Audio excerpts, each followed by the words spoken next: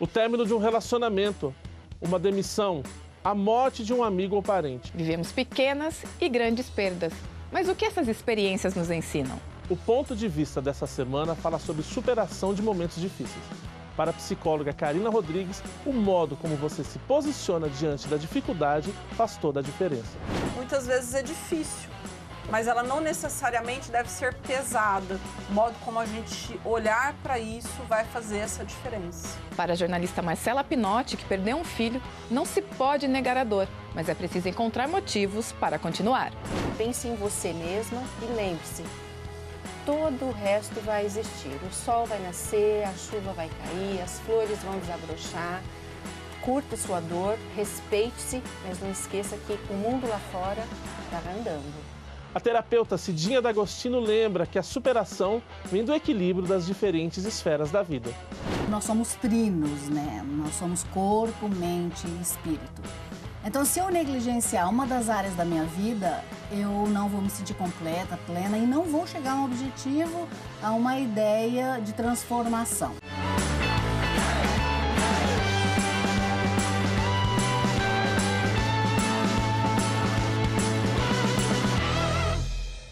Então é isso, o ponto de vista dessa semana fala sobre o luto e a superação das perdas. A terapeuta emocional, a Cidinha D'Agostino, está aqui com a gente. Ô Cidinha, por que é tão difícil lidar com as perdas? A gente está só acostumado a ganhar e a não perder, é isso? Veja bem, a perda é um segundo passo da falta, né? A gente sempre vincula a perda a outras coisas. Então, essa falta, ela faz essa manobra. Ninguém gosta de perder, né? E a perda, ela, por conta disso, ela está vinculada a uma ideia de mágoa, né?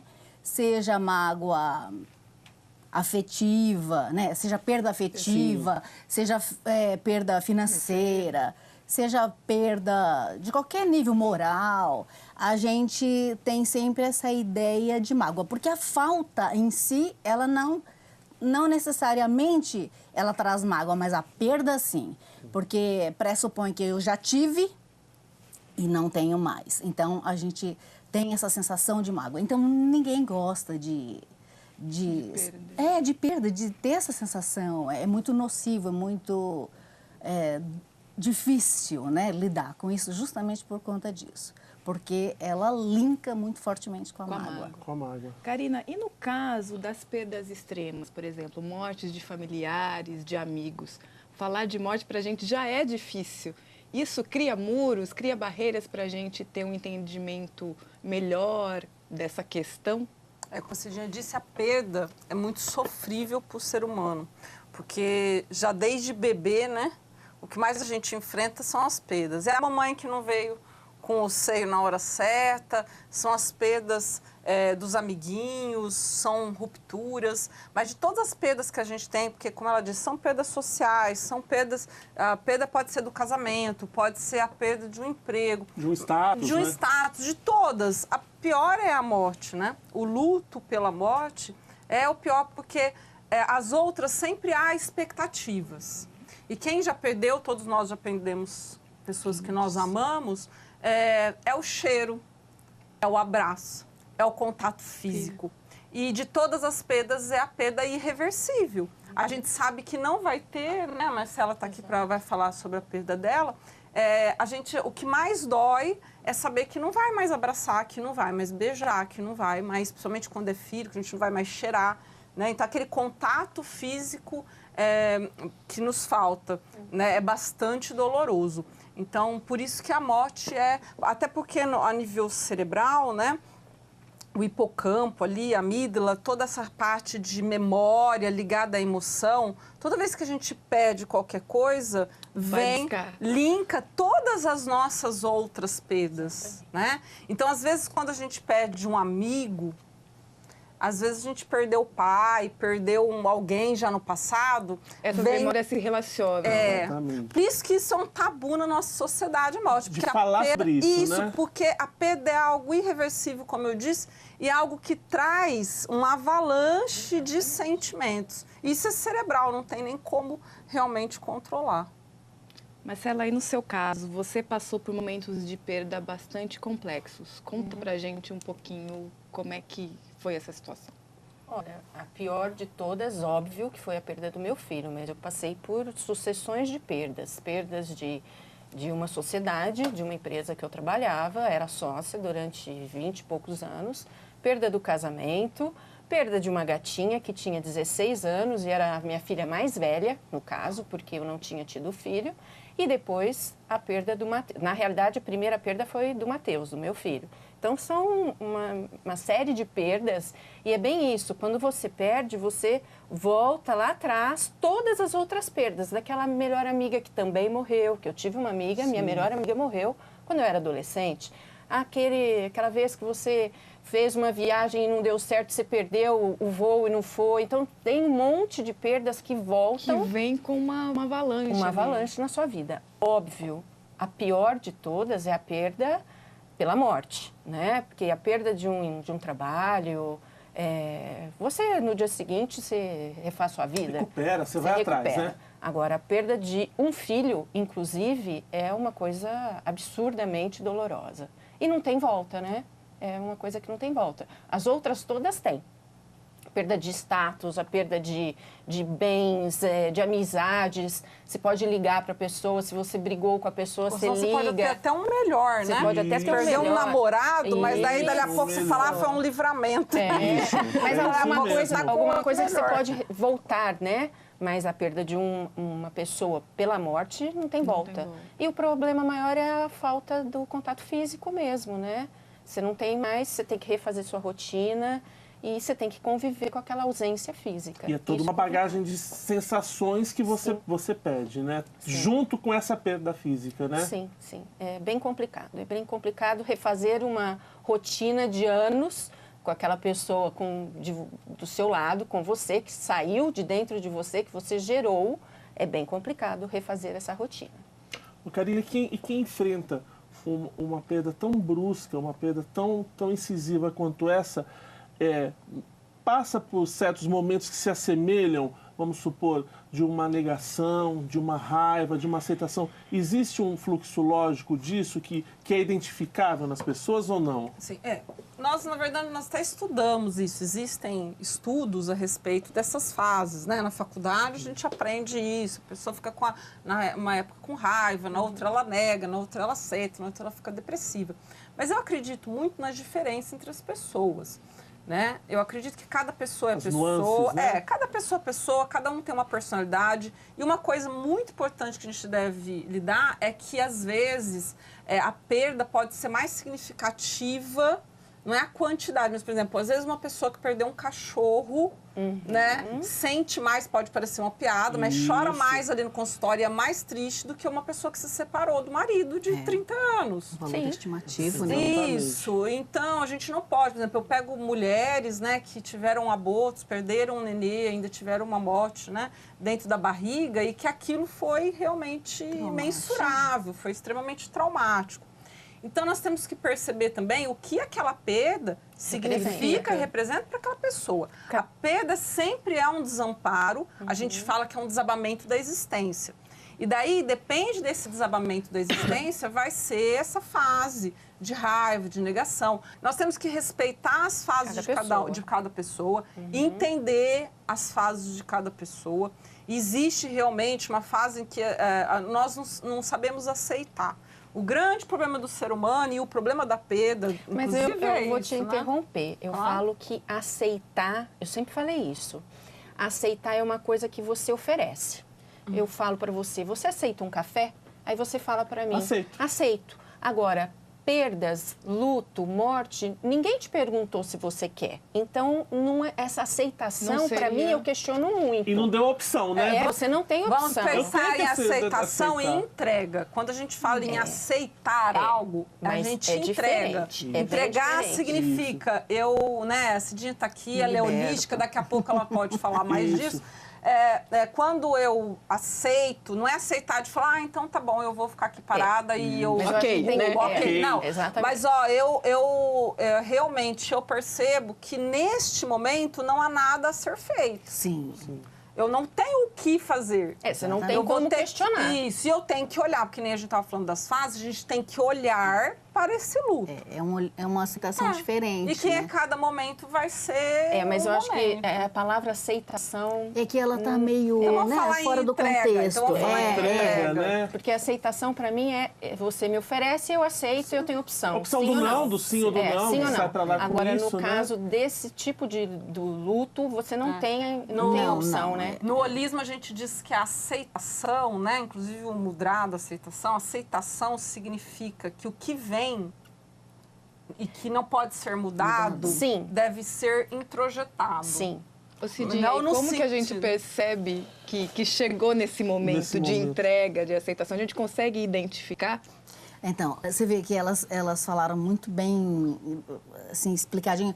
É tão impressionante, cada pessoa é um universo, né? Então, não existe regra que você determine, olha, né? Eu até, assim, a gente sabe que existem fases, mas você vê que essas fases do luto, elas não correspondem com as pessoas, né? Cada uma... Não é um padrão. E não é padrão, e não é não é temporal também, é um mês disso, um Não, mês não, daquilo, né? Não, é muito pessoal, né? Exatamente. Então, assim, é a pessoa que vai descobrir o momento que ela vai, sabe, se entregar para isso, né? Eu acredito que é soltar para o universo, né? Se desprender Entendi. dessa dor.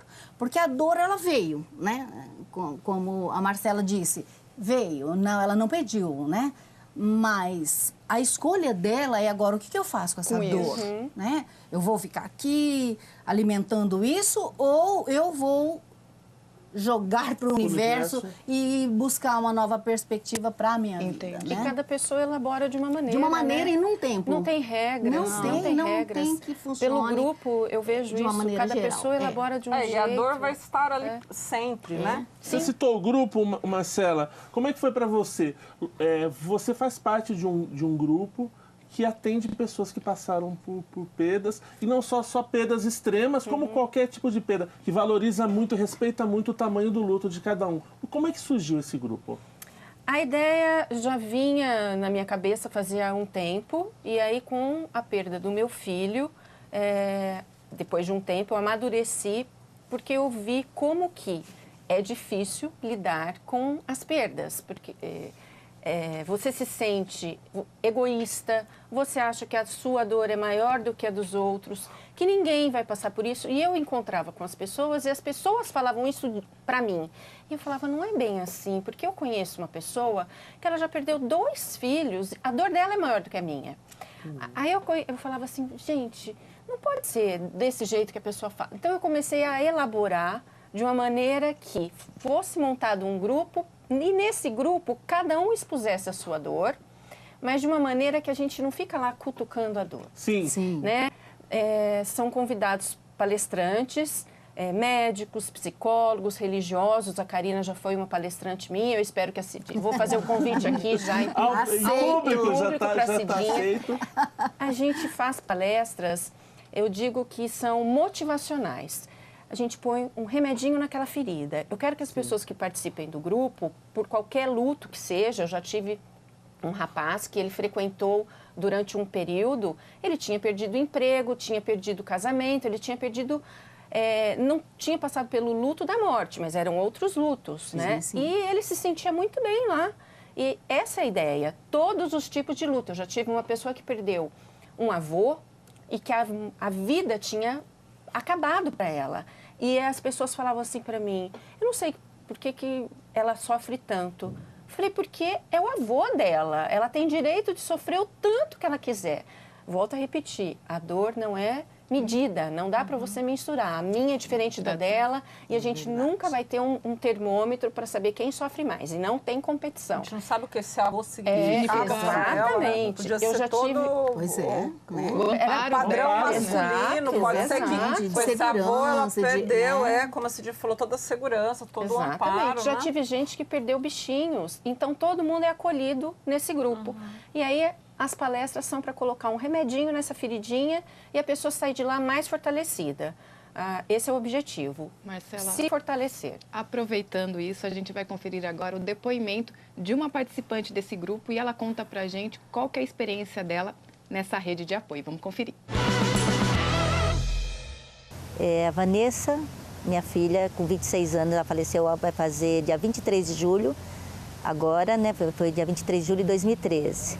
E ela teve uma complicação pulmonar e não teve tempo de ser socorrida a tempo para ser tratada. Conheci a Marcela e fiquei sabendo do projeto dela, Encontro de Almas. E eu vim, acho que no primeiro, que ela inaugurou em 2014. E nossa, aí eu não parei mais. Eu fui buscar, foi um subterfúgio que me ajudou a sair da linha assim, daquele luto, aquela coisa pesada mesmo, de não ter mais minha filha comigo, né? Então foi uma bênção. Vi as psicólogas, vi as pessoas que falaram sobre o tema, o luto, no caso a perda, deu assim, luz, caminho para a gente mudar a postura em relação à perda, não ficar no desespero, não ficar desequilibrada, não ficar só chorando, né? Então isso foi o que me ajudou. Filho foi, o vazio não vai embora. Então o que acontece? Você tem que seguir em frente? Tem, mas a alegria não é a mesma, né? A gente está buscando da melhor forma, então, de uma forma positiva. Como que é a forma positiva? A gente, nos encontros, a gente arrecada para ajudar a fazer o bem sem olhar quem, sabe? Então, qualquer projeto que falar, vamos fazer isso, eu ofereço para minha filha. Ó, ela era uma pessoa boníssima, então eu falei assim, por você, em tua homenagem, eu vou... nós vamos fazer esse intuito de arrecadar alimento, distribuir, ajudar os cachorros abandonados, que ela amava muito, era muito ligada com cachorro, de cuidar de cachorro abandonado. E nós estamos na luta aí, buscando. Eu homenageio ela, eu ofereço para ela qualquer abraço que eu dou nas pessoas, qualquer presente de aniversário. Como se eu pudesse representá-la, entendeu? Sei que ela não está aqui, mas de uma forma ou de outra eu tento representá-la, para ela continuar viva dentro de mim. A gente acabou de conferir aí o depoimento de uma mulher que participa de um grupo de apoio, o Grupo Encontro de Almas, e eu retorno aqui no estúdio com a Cidinha. Cidinha, qual que é a importância desse tipo de grupo, desse tipo de rede de apoio para essas pessoas que sofreram perdas? Chegar lá e encontrar com iguais, no que isso ajuda, no que isso colabora para a melhora dessa pessoa? Então, a ideia do abandono também é uma ideia que está linkada da mesma forma que a perda, né, está linkada com a falta. E eu acho que esse tipo de grupo faz com que as pessoas não se sintam abandonadas, sozinhas, né? Uhum. Ela se sente parte de um contexto. Eu não estou sozinha nesse universo, né? Alguém passou por isso. Uhum. E essa troca que eu acho que é o mais importante, né? Porque ali ela pode falar, né, sem ter medo, né, de não ser bem entendida. Uhum. Ela tem uma palavra, né, também que vem de um semelhante, de um semelhante que experimentou. E eu acho que essa ideia de inclusão, porque a perda faz isso, dá uma impressão que eu saí de alguma coisa. Que eu tô sozinha ali, né? Estou fora de um contexto. Uhum. E ela se reorganiza, ela se sente ali novamente, né, fazendo parte. Sim, ela vê que ela não está sozinha e que de todo grupo, mundo passa exatamente, pelo luto, que né? todo mundo pode ela passar se sente pertencente, né? E ela divide também, não só ela escuta, como ela pode dividir, né? Vamos fazer um intervalinho, Matheus? Vamos sim, Viva, você fica aí. Daqui a pouquinho a gente volta com o ponto de vista, falando sobre superação de perdas e do luto. Até já. Não saia daí.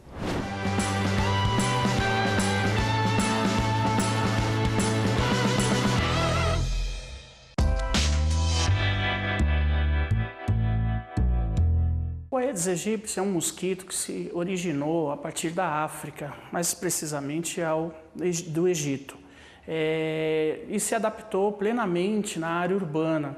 Ele tem um hábito antropofílico, ele se alimenta de sangue principalmente. A fêmea se alimenta de sangue para poder amadurecer os seus ovos. Ele tem uma capacidade de adaptação ao meio urbano e no convívio com o homem, que é a sua principal fonte de alimentação, o sangue humano. Bombeiros 193 chamando. Enchentes. Nunca dirija em áreas inundadas. Procure sempre uma alternativa de caminho mais seguro.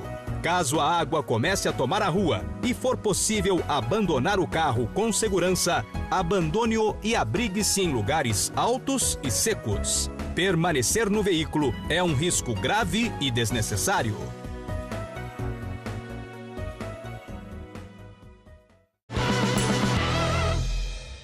de volta com o Ponto de Vista, hoje falando sobre superação, sobre perdas. Eu pergunto para a psicóloga Karina Rodrigues a importância de se falar.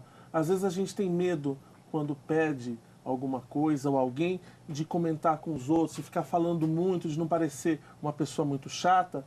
E tem o inverso também, você não perguntar para um amigo que perdeu algo, alguma coisa importante, e de não parecer invasivo, de não querer parecer invasivo. É importante falar? Sim, é importantíssimo conversar. É lógico que existem personalidades, existem pessoas que precisam ficar um pouco quietas. Nós temos que respeitar quando a pessoa diz, olha, eu preciso de um tempo para mim, eu preciso ficar, às vezes, até uma coisa que a gente acha que é depressiva, mas naqueles primeiros dias precisa ficar ali no quarto, precisa ficar em silêncio, é um momento. Mas, de maneira geral, o que a gente fala isso na parte sistêmica, que a gente não pode excluir essa pessoa do sistema.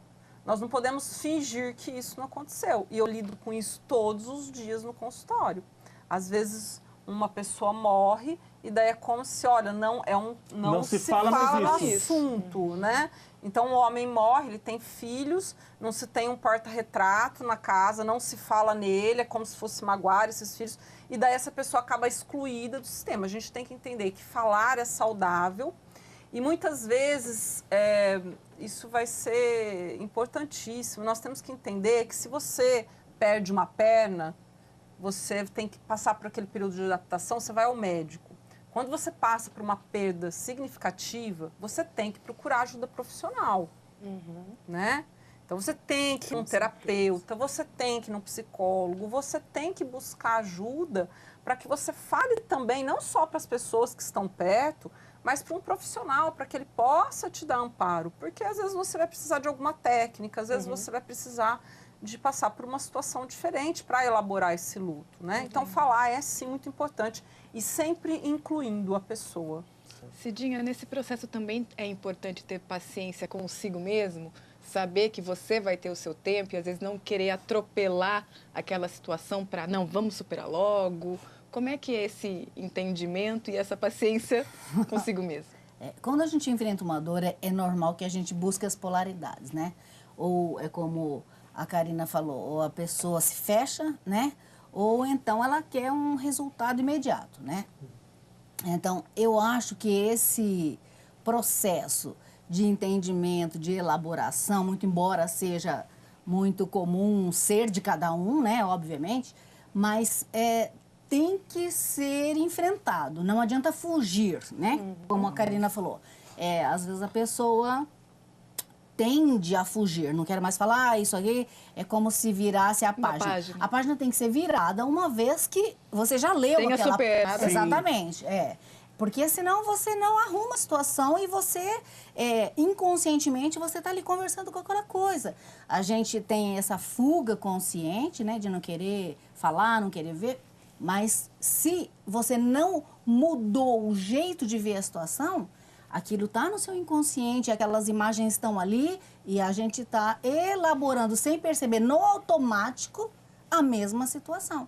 Então, a gente não sai desse processo. Entendi. Então, eu acredito que o enfrentamento, muito embora seja pessoal, tem que ser analisado e aceito. E vamos ver como a gente vai fazer diante dessa situação, né? Porque eu falo que é uma escolha secundária, né? Tem escolha que você faz de uma primeira, né? Numa primeira instância. Tem escolha que depois que acontecer alguma coisa, o que você vai escolher que eu vou fazer agora? Fazer com isso, né? Karina, uma outra situação muito recorrente com quem perde alguma pessoa muito próximo são os objetos. A hora de se desfazer de roupas, das coisas físicas que cercam esse ambiente que você vive. Cada um tem um tempo. É importante manter alguma memória, até que ponto esses objetos físicos ajudam na preservação dessa saudade, dessa coisa boa sobre a pessoa. É importantíssima a manutenção da existência daquela pessoa. Porém, não é através, como eu já vi muitas pessoas, a escova de dente da pessoa fica no local, a roupa fica no local. Isto não é saudável. Porque a pessoa não está mais ali. E isso só vai ferir mais. É lógico que a pessoa tem o seu tempo para se desfazer, né? Nós temos que respeitar esse tempo. Porém, nós podemos honrar a presença daquela pessoa, e isso é saudável, foi o que eu falei, né? Ela falou dos extremos. Eu nem vou jogar tudo da pessoa fora, bom, acabou, não quero mais ver nenhum objeto, mas também eu preciso deixar... Cultuar. Não preciso cultuar as pessoas, mas por que tirar o porta-retrato que está na sala? Essa pessoa faz parte daquela família. O Matheus vai ser filho da Marcela... Para sempre. Enquanto a Marcela viver, Matheus vai ser filho dela. Quando alguém perguntar quantos filhos você tem, Marcela tem 2 filhos, né? Um não está aqui. Um eu não vejo, não cheiro, não beijo, mas ele existe. Então, ter objeto, inclusive, na constelação familiar, a gente, quando é muito excluído, a gente até fala, por exemplo, mulheres que perdem um bebê, a gente fala para dar nome, para deixar um objeto na casa, lembrando aquela pessoa. Para não ser uma coisa sem um ser, né? Até porque se eu excluo, aquilo fica que nem um bichinho me corroendo lá dentro, né? Daí a pessoa chega no consultório com um problema de tireoide, chega com obesidade, nossa, engordei, uma paciente engordou 70 quilos. Daí a gente vai escarafunchar... Sim. A origem disso tá porque ela não quis olhar, né? Então, olhar é importante. No seu caso, Marcela, como é que você lidou com isso, com essa passagem de tempo e com as memórias? Olha, eu achava que eu estava enfrentando, mas eu não fui procurar ajuda. Depois de tanto ser puxada a orelha, eu procurei ajuda terapêutica. Mas eu enfrentava. Eu me desfiz das coisas do Matheus, grande parte, mas ainda tem coisas dele. Tem porta-retrato na sala, com foto dele, tem foto na minha carteira, tem a caixinha com um monte de bilhete que ele sempre me escreveu. Isso tem muito. Eu evito algumas coisas, tipo, gaveta de foto, eu evito abrir. Você se conhece. Eu sei que se eu abrir, eu vou ficar muito triste. E se eu posso não ficar triste, eu não vou ficar triste. Outro dia eu me dei o direito, eu falei assim, eu tô com muita vontade de ver foto do Matheus. Respirei fundo, fui lá, abri gaveta, vi, mas ri muito. Falei, gente, olha aqui, foto da cachorra com ele, de umas brincadeiras que eles destruíram minha sala, ele, o Juliano com a cachorra, braço quebrado. Me diverti. Fechei a gaveta, mas eu não fico cutucando o tempo inteiro, não. Eu me joguei muito no trabalho. Sim. Muito, vocês sabem. Eu me dedico muito ao Juliano, aos meus pais, aos meus amigos e ao trabalho. Muito, eu não tenho tempo livre.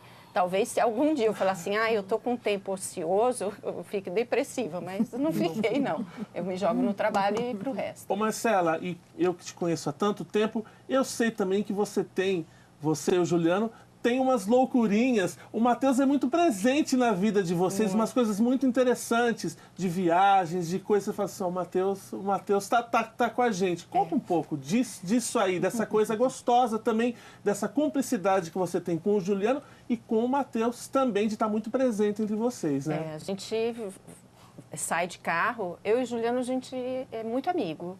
Né? Nós temos uma relação muito próxima, é um filho amigo, e ele fala que eu sou uma mãe baladeira, então a gente vai junto para alguns lugares e tal. E quando a gente sai no carro, eu falo, tamo indo, gente, vamos embora. Aí acontece alguma coisa, eu sou bem palhaça, aí eu falo, gente, eu tô ouvindo a gargalhada do Matheus. Tirando a gente, né? Falando da gente, dessas coisas. Nós fizemos uma viagem e na viagem a gente falava... o que seria que o Matheus ia dar risada nesse momento, mãe? Porque eu fiz algumas coisas que não vale a pena comentar aqui na viagem, senão eu vou ser interditada. E aí ele falava, mãe, se meu irmão tivesse aqui, ele ia... Eu falava, não, mas ele tá, só não pode agir. Ainda bem que ele não pode agir, mas a gente se diverte bastante. Não é tabu falar do Matheus em casa, muito pelo contrário. A gente fala sempre... a gente vibra com as coisas. A semana passada, um amiguinho do Matheus postou que tinha passado na OAB. Aí eu falei, gente, já passou na OAB, meu Deus. Aí eu vou lá fazer cálculo, né? Sim. Porque eu sou meio desligadona. Aí eu falo, Ju, Ternou já teria se formado, então, filho? Aí a gente faz cálculo. Até se ele tivesse feito medicina, ele já teria... Já daria para ter se formado. Se ele tivesse entrado. Então, é bem presente mesmo. Ô Karina, como é que a gente deve ter o cuidado, ou como é que a gente percebe que aquele luto, aquela tristeza é do momento e quais sinais de alerta, às vezes, a gente dá quando a gente já está indo para um caminho da depressão? Tem como identificar essa questão? Eu acho que o tempo, né, em que essa pessoa... Lógico que a gente não pode medir, né, falar, Sim. como eu disse, né? Somente se é uma perda de um filho, isso é uma coisa mais demorada. Mas se a gente percebe que a pessoa não está conseguindo, é lógico que de imediato ela não vai trabalhar, ela não vai, isso é óbvio. Mas a gente tem a noção disso. Só que com o passar do tempo, essa pessoa não consegue retomar a sua vida, porque é uma coisa que eu sempre converso com a Marcela, a gente perde. Só que tem um monte de coisa aqui que está ainda aqui. Exatamente. Então, eu perdi um filho, mas eu tenho um outro filho. E se eu não tenho esse outro filho, eu sou uma pessoa. O filho, o marido, ou quem é que eu tenha perdido, meu pai, ele é uma parte da minha pessoa. Mas a minha pessoa tem... Está aí. Outras coisas. Eu tenho meu trabalho, minha profissão, meus amigos. Então, quando essa pessoa, em detrimento, né, deixa de olhar para o resto da vida toda, a gente percebe que a pessoa não está conseguindo tirar o foco do luto. Daí é a questão, não é o quanto tempo, tudo, mas a questão do comportamento. Entendi. Só existe o luto na vida dela e ela largou tudo, então daí é preocupante. Eu acho que vale ressaltar o seguinte, na maioria dos dias eu estou ótima. Sim. Isso mas é importante. nas datas comemorativas, as datas que lembram, que temos memórias muito... Nossa... Aí é complicado. Eu falo que eu distribuo voadora para todo mundo. Eu fico muito brava. Sim. Eu fico uma pessoa muito A flor brava. da pele? Eu fico mal-humorada. E aí eu falo, tá chegando datas comemorativas que não são mais comemorativas como deveriam ser, Sim. né? Muito emblemáticas. Emblemáticas para a família, Dia das pra você. Mães, aniversário, Natal, essas datas são cruéis, né? Dia de falecimento, isso tudo é bem complicado. Mas eu me permito hoje, eu me permito, nesse dia que eu não estou bem, eu assisto um filme, eu faço minhas orações, eu fico calada, eu fico meio quieta. Não nega minha. isso, mas vive isso, é teu. Mas eu não me vive. entrego, eu Tá. me entrego assim, um pouquinho de tempo, aí de repente falo, Marcela, vamos embora. Arriba, vamos embora. Tem o Juliano, tem minha mãe e meu pai, eu tenho meu trabalho, tenho meus clientes, tenho meus amigos, vamos embora. Porque não vai alterar. Isso é uma forma saudável de lidar. Ela olhou o problema, ela se permitiu. Exatamente. Ela tem o direito de sentir isso.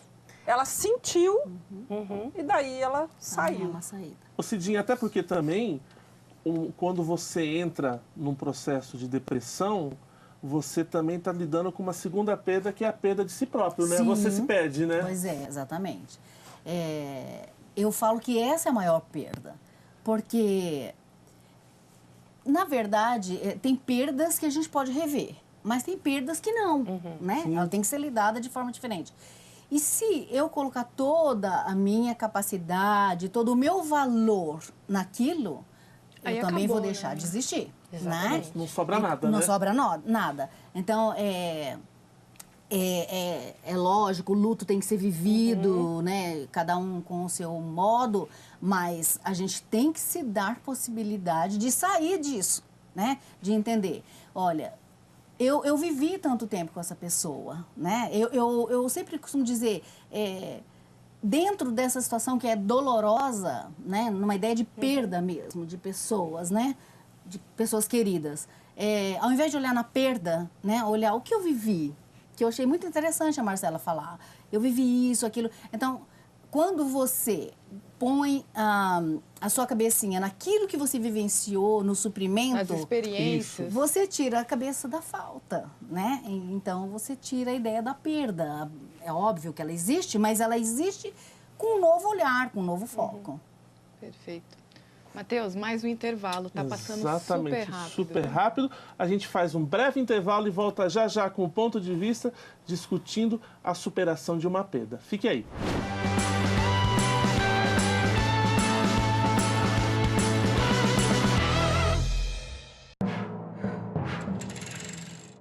Eu nunca imaginei que seria o atleta escolhido para acender a pira olímpica. Olha, foi demais. O que eu também nunca tinha imaginado é que o legado esportivo ficaria para todo o país.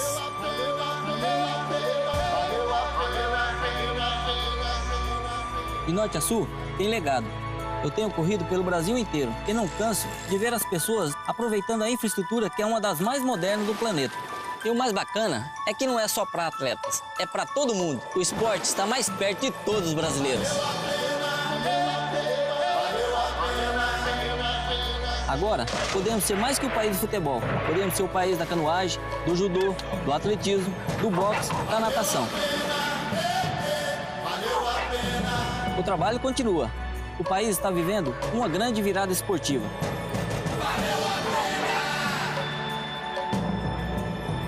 Ministério do Esporte, Governo Federal. Cada gota conta. Economizar água é muito simples. Enquanto eu escovo os dentes, eu desligo a torneira. Enquanto eu faço a barba, eu fecho a torneira também. Esses pequenos detalhes fazem uma grande diferença. E você, está economizando? Governo do Estado de São Paulo. E de volta com o ponto de vista, hoje falando sobre perda e superação, eu pergunto para a terapeuta, para a Cidinha D'Agostino. Cidinha, existe uma diferença entre homem e mulher, como a gente lida com as perdas? O homem, talvez por todo aquele peso da sociedade, o homem não chora, ele talvez se guarde mais, ele lide pior ou melhor com as perdas? Existe, claramente a gente vê isso, né? A mulher, ela usa mais o hemisfério cerebral esquerdo, que está muito ligado à falta. E o homem usa mais o hemisfério cerebral direito, que usa mais a ideia negativa com a falha. Sim. Então, a mulher, ela tendenciosamente, ela fica mais envolvida com a perda e ela tem horror da perda. O homem, ele já, até por esse mecanismo diferente, né? Obviamente que a gente usa os dois hemisférios, sim, mas esse mecanismo diferente, ele já busca logo um resultado. E a mulher, ela gosta muito de estar no processo. Então, às vezes, a gente não consegue entender se eu estou processando uma coisa boa ou uma coisa ruim. E se ela achar que esse processo é interessante que ele seja cumprido, às vezes ela fica ali eternamente no processo e acaba não encontrando uma solução, apesar de que, por conta da ideia de falta, a mulher busca essa ideia de acabar, resolver, completar. Sim. Mas ela se identifica mais com o processo, né? E o homem, ele já, por conta da falha, ele, não, está resolvido, ele é mais sucinto. Então, existe essa diferença. A gente vê claramente que ele já fala, olha... Ele é objetivo. Olha, já aconteceu, vamos lá, vamos ver a coisa de forma diferente. Lógico que existem casos e casos, né? Como a gente falou desde o início do programa, pessoas são pessoas, mas de uma forma geral, a gente vê claramente isso, que a mulher, por conta dessa ideia de falta, ela tem um horror. Melhor isso aí. Porque nós temos 4 medos básicos na natureza, né? O medo do abandono, da perda, do enfrentamento e da derrota, do fim. A mulher, por conta da falta, ela está mais vinculada na ideia do abandono e da perda. E o homem mais numa ideia, exatamente, do enfrentamento e do fim. Ele tem mais dificuldade. Não que isso seja um modo melhor ou pior de lidar com as coisas. Não, cada um encontra a sua saída. É a perspectiva diante de uma situação, né? É muito claro isso, né? E lá na prática, Marcela, lá no grupo, os homens participam, eles são muito ativos? Qual que é a participação deles? Eles vão, eles acompanham, as esposas, tem um ou outro que vai sozinho. E tem até um caso interessante de um casal que a filha morreu e por 2 vezes ela levou isso a público lá para a psicóloga resolver, para as palestrantes resolverem. Ela falava assim, eu choro muito, eu me descabelo todos os dias, ele não faz nada. E aí eu falava para ela, mas calma, cada um tem um jeito. E eu não sou psicóloga, né? Só estou ali como mediadora. Cada um tem um jeito de elaborar. Isso não significa que ele não esteja sentindo, muito ao contrário. Exatamente. Eu creio até que ele sinta mais e não consegue verbalizar isso, né? E até as psicólogas depois conversavam com eles, até foram fazer terapia depois. E a maioria tem realmente uma diferença de atitude, né?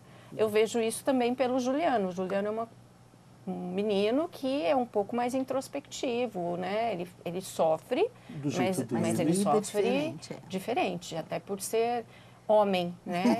Acho que já vem com esse conceito. Né?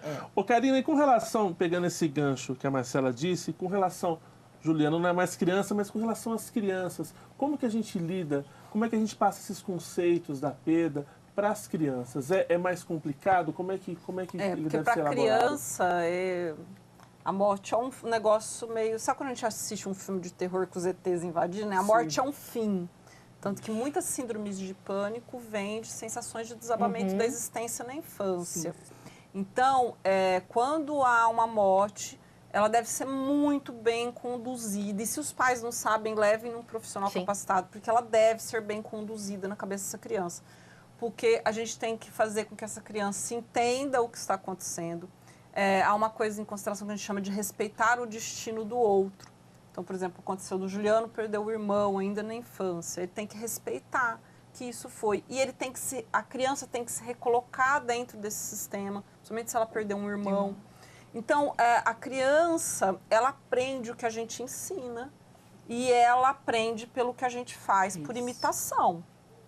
Então, quando um ente querido morre, como eu vou agir ali, é como essa criança vai lidar futuramente. Se eu lidar como acabou o mundo, agora vamos todo mundo deitar e tira tudo do morto, por exemplo, é assim que essa criança vai ver. Agora, ela pode enxergar essa morte. Quantas vezes, né, eu conheço pessoas que o pai morreu, que alguém morreu, o vô morreu, e essa criança não foi avisada da morte. Eu tive um caso desse.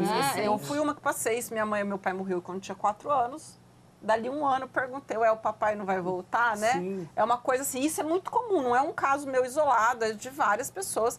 Não é comunicada a morte para essa criança, como se essa criança não tivesse condição de entender. Ou o papai virou estrelinha, a mamãe virou estrelinha. Não, olha, ele não está mais, a gente não vai ver mais, mas ele está dentro, a gente vai carregar para sempre ele dentro do coração.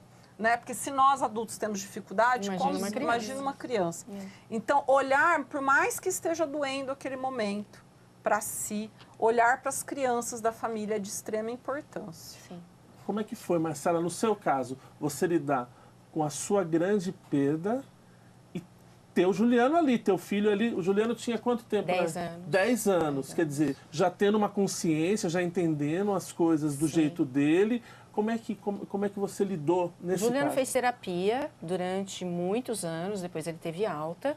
Mas em casa sempre foi falado abertamente. Até porque o Matheus passou por um processo de doença, né? Sim. Então, embora a gente não imaginasse que o desfecho fosse a morte, né? A gente imaginava na cura, lógico. Mas em nenhum momento eu neguei para o Juliano e sempre coloquei para ele as vontades que ele tem. Então, teve o enterro, você quer ir ou você não quer ir? A opção dele escolher, né? Tem a missa de 7º dia, você quer ir ou você não quer ir? Nós vamos mexer na decoração da casa. Tanto é que a cama do Matheus, hoje, ela virou um sofá-cama no escritório. O Juliano nunca quis que se desfizesse da cama. E nem com os pertences das gavetas da cama, que eram as coleções do Matheus. Então, eu respeito a vontade dele, né? Doei várias coisas, tal, mas aquilo que o Juliano quis que fosse preservado, está preservado até hoje. E é falado. A memória do Matheus, ela está muito presente em casa, mas não com uma coisa que dói, gente. Não, a gente fala...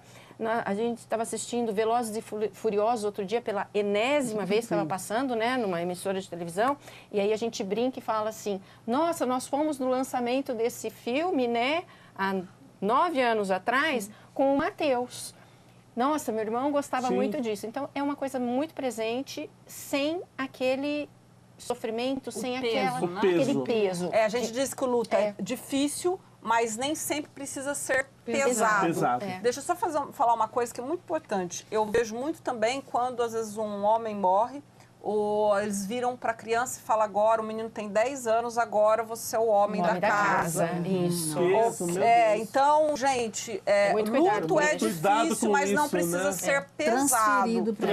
Então, cuidado com frases de impacto para as crianças, porque isso é devastador na vida de uma criança. Exatamente. Cidinha, para quem passa por um momento difícil de perda, onde buscar ajuda? Além, por exemplo, da ajuda profissional, de terapias, mas o que mais pode ajudar? É se inserir talvez num novo grupo social? É procurar uma atividade que goste? Como é que você vê essas coisas ao redor? Como é que tudo isso pode ajudar essa pessoa? Então, eu acredito que o ao redor, né, ele só existe porque existe a pessoa. Então, eu acho que ela tem que trazer o olhar para ela mesma, né? Esse é o primeiro passo. E, como a gente falou no começo do programa, a perda pressupõe mágoa, né? A gente vincula a mágoa. Então, eu acredito que a primeira coisa é perdoar, né? A própria palavra já indica o que é. É transformar a perda num doar. É desfazer dessa mágoa, é dar para o universo, fazer qualquer coisa, mas não manter essa mágoa aqui.